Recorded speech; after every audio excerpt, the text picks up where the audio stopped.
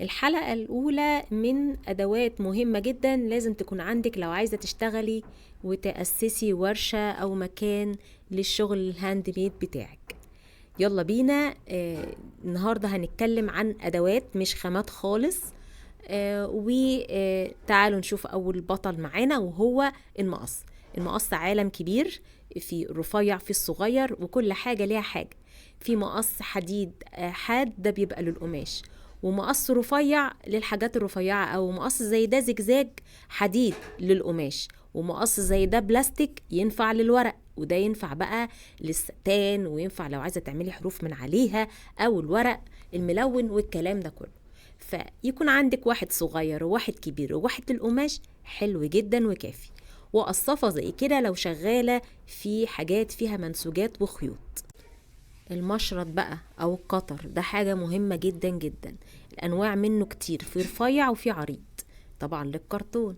المشارط الرفيعة قوي دي برضو مهمة قوي قوي قوي في التفريغات.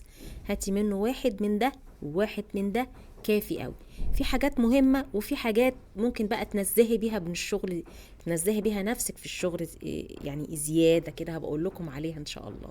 طبعا مسدس الشمع وشوية شمع حلوين عشان ما تجيبيش قطاعي كل شوية بفلوس كتير، فتجيبي كيس عندك حلو كفاية. طبعا المساطر عندك بقى والزوايا، المثلث، المنقلة مهمة طبعا. مسطرة زي كده مرنة برضو سيليكون، لو بتعملي حاجة مدورة او فيها كيرفات تلف معاكي وتاخد القياس بسرعة، ودي طبعا ارخص منها مفيش وموجودة في كل المكتبات. مسطرة برضو كبيرة شوية 60 سنتي هتنفع معاكي قوي قوي. عايزة تجمعي ما بين كل حاجة مسطرة زي كده وفي نفس الوقت فيها اشكال هندسية، طبعا الاشكال الهندسية هتنفعك جدا جدا. عايزة دايرة جاهزة تعملي، عايزة مربع جاهز تعملي.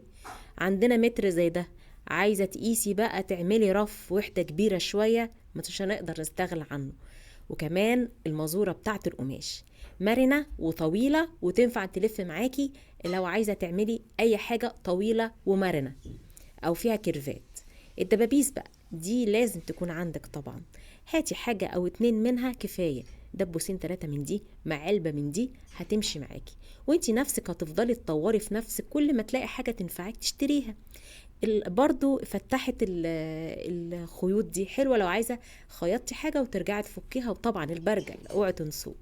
طبعا عالم الفرش طبعا مفيش منه مينفعش يعني نستغنى عنه، وفي منه كتير جدا جدا زي ما انتوا شايفين، وكل فرشة ليها ضربة بالفرشة وباللون تعمل شكل مختلف غير التاني. بس صدقوني انا مش جايبة غير اللي هي مقشوطة دي والمدورة وبمشي بيها حالي. ان شاء الله اكمل لكم السلسلة لو دعمتوني، وقولوا لي رأيكم في التعليقات.